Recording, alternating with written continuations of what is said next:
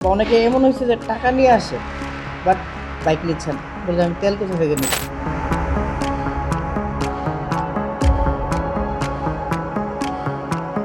এবার জ্বালানি সংকটের সরাসরি প্রভাব পড়েছে দেশের মোটরসাইকেল বাজারে, যেখানে ঈদকে ঘিরে প্রতি বছর মোটরসাইকেল বিক্রিতে দেখা যেত বাড়তি গতি, এবার সেই চিত্র একেবারেই ভিন্ন।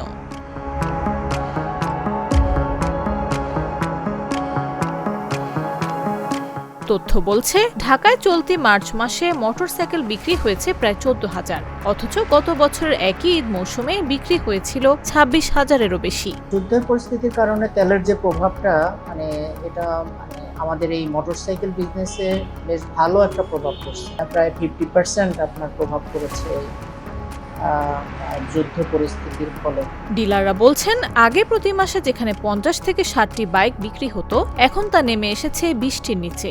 আমাদের ধরেন আপনি মান্থলি আমরা 60 বা 80 পর্যন্ত বাইক সেল করি পার ইউনিট আর কি। তো এই ইস্যুটা, এই তেলের ইস্যুর পর থেকে ধরেন ওটা এখন মান্থলি চলে আসছে 20 ইউনিট, বা কিছু কিছু ক্ষেত্রে এটা হচ্ছে 15 ইউনিটও হয়ে যাচ্ছে।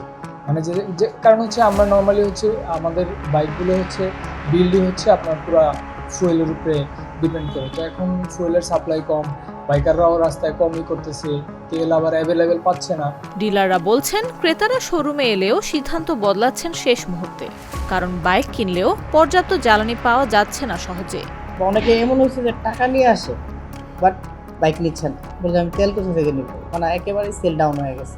মানে আমাদের অলরেডি বৈশাখী অফার চলতেছে, তো আমরা আরও বিভিন্নভাবে কাস্টমারকে উদ্বুদ্ধ করি গাড়ি পারচেস করার জন্য। মানে অফার টফার দিয়েও কোনো কাজ হচ্ছে না। সোজা হিসাব মানে তেলের কারণে একেবারে আমাদের মোটরসাইকেল ইন্ডাস্ট্রিতে বাইক সেল একেবারেই ডাউন। বর্তমানে অনেক এলাকায় মোটরসাইকেলের জন্য দৈনিক মাত্র 2 লিটার পর্যন্ত জ্বালানি সরবরাহ সীমাবদ্ধ করা হয়েছে, ফলে নতুন বাইক কেনার আগ্রহ কমছে স্বাভাবিকভাবেই।